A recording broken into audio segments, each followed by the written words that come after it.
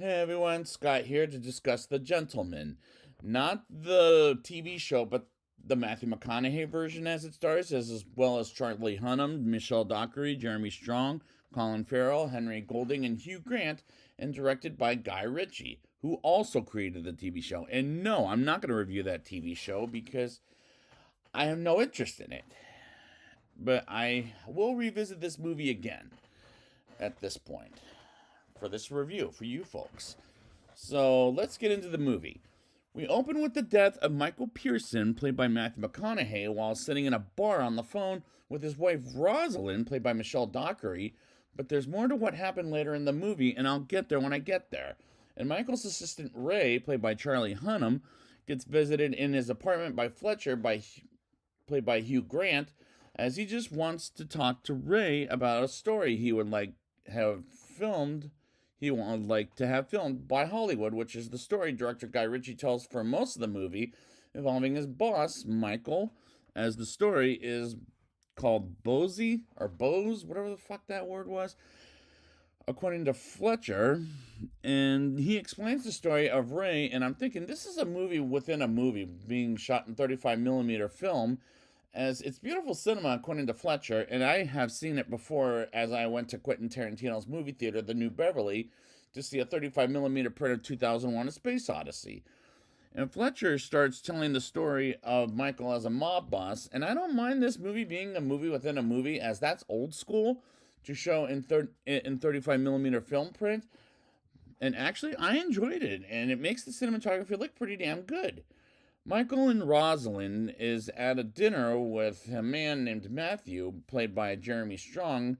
And do I like the characters? Yes, because they're entertaining, and Michael and Matthew meet outside of the party somewhere in England, which is where the movie is filmed, and a country director Guy Ritchie is really from. And he makes a lot of American British movies, while Fletcher is being hired by Big Dave to write to write a story about Michael as a gangster and make him evil because Michael wouldn't accept Big Dave's handshake. And we go back and forth between Michael's story and Ray and Fletcher, and the dialogue written in this movie it feels typical Guy Ritchie, and some of his movies work better than others in my opinion. Michael takes Matthew to his weed growing room and shows him what it looks like, and Michael wants Matthew to do business with him. And the acting in this is pretty good. While Fletcher jumps to the climax of the story and sees Dr. Dry Eye, played by Henry Golding from Crazy Rich Asians and Snake Eyes, the G.I. Joe origins that I forgot about, honestly. And Lord George as Dry Eye is the big mobster, while Fletcher interrupts by almost having a cigarette, and Ray tells him not to light it up, while Fletcher introduces Rosalind and interrupts Michael while in a meeting with a man named Bunny. And I like the chemistry between Matthew McConaughey and Michelle Dockery. And McConaughey has charisma in general, while Michelle Dockery is good in this role as his wife. And the only film I've seen her in is Nonstop, that Liam Neeson film where he was an air marshal. And we get interrupted by Fletcher, Ray wanting a steak, and Ray getting it from his freezer. And I'm actually having an entertaining time with the movie thus far. Michael takes a meeting with Dry Eye after flirting with Rosalind, in which Michael tells him to never do that again, while Ray happens to be in the room, as Dry Eye threatens Michael about his rumor where he's getting out of the business, and eventually shoots Dry Eye and his assistant dead, while Ray explains to Fletcher Michael doesn't work like that. And they show what really happened to Dry Eye, and Michael tells him to fuck off, while Ray steps in and tells him to really fuck off. And we move on to some kids who are robbers, or rappers steal some weed from Michael. And I'll get to that rap song in a few minutes. And quite a few of Michael's men come in and fight off against the kids. Then they go earlier in the restaurant and see Coach, played by Colin Farrell, as they mess with him at first and beats up on them, as one of them says he's the coach.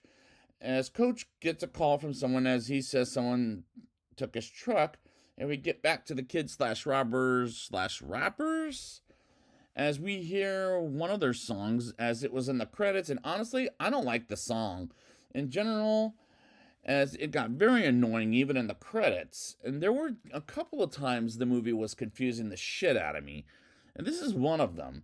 Michael comes to Matthew to help and gets a paperweight gun, which is kind of silly, but at the same time, it's illegal in England, but I'm not sure about any other place. So, folks, please feel free to tell me in the comments about where else the paperweight guns are illegal at in the comments below. And I'm not saying I'm buying one. Far from it.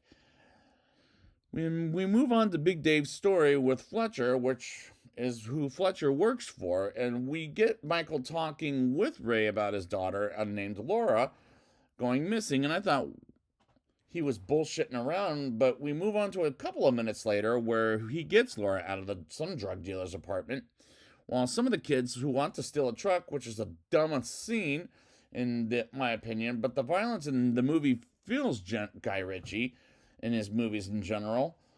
Ray beats up on the gangsters and takes Laura back afterhand, as while one of the drug dealers falls on their ride home, and explains why Laura made it home safely. And Ray explains Michael about the accident, or to Michael, they had, and they dealt with it while each of the guards go after the kids with the cell phones and deletes the crime scene photos. This scene was hilarious in a way it was ridiculous, but it goes on a little too long in my opinion.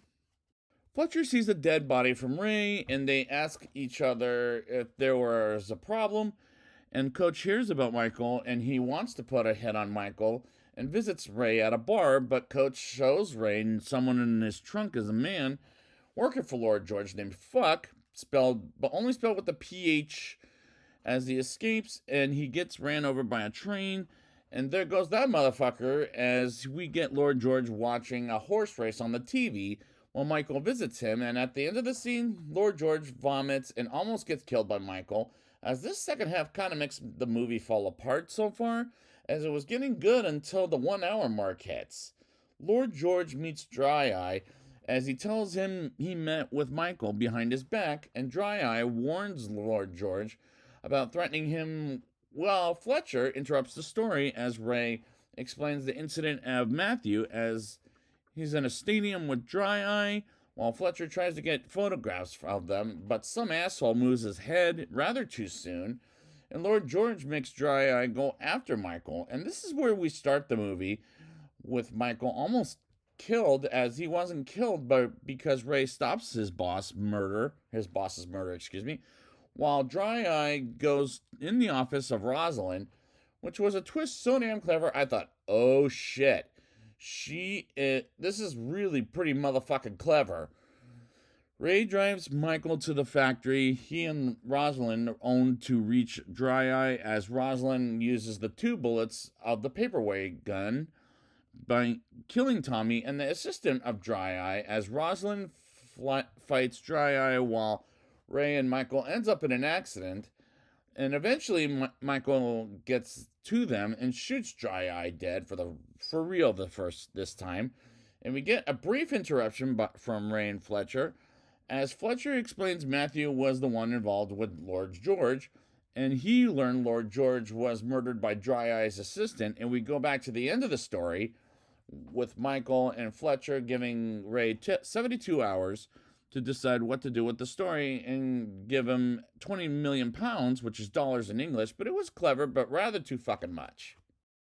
Big Dave is getting recorded while Russ is a green belt in karate, and he gets captured by the rapper kids, and he's brought to Coach and asks Big Dave some questions as he watches the video, which feels like a fucking joke, as he's getting tortured. And Ray sees the video as something horrendous happened, while Michael meets with Matthew and learns he's the fucking traitor, and he takes him to a freezing cargo box and shows Dry Eye's dead body, as he bullshits about knowing who he is, as Matthew is chewed out for Dry Eye getting his hands on his wife Rosalind.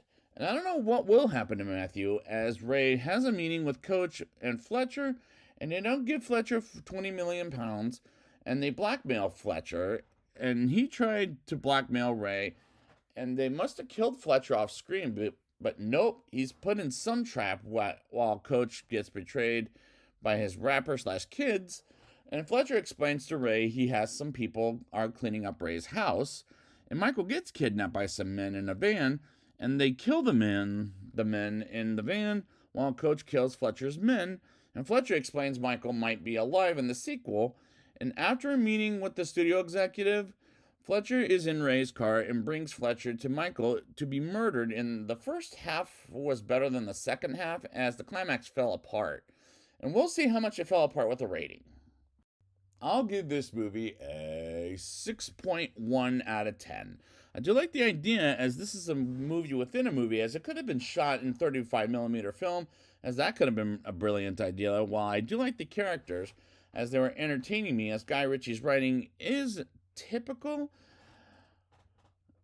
of as the cinematography in England, which is where the movie is filmed and where Guy Ritchie is from. And this is one of his better movies, in my opinion, but not great. The acting is pretty good, as the dialogue being acted by these actors are typical Guy Ritchie dialogue writing, and Matthew McConaughey has charisma, and I like the chemistry between McConaughey and Michelle Dockery. As very good as I was entertained by the movie from the first hour, is more entertaining than the second half. There were a couple of times the movie was confusing the shit out of me, and I hate the rap song at the end credits at one point in the movie and during the credits, but otherwise, this is a recommendation, and this movie was absolutely entertaining, much better than what I remembered by the end of the day, as this is one of Guy Ritchie's better movies. Not a great movie, but I like the first half better than the second half. So I would like to thank you guys for joining me, and next time I will be back with, let's see here. Next time I'll be back with Wrath of Man, and until then, have a good evening.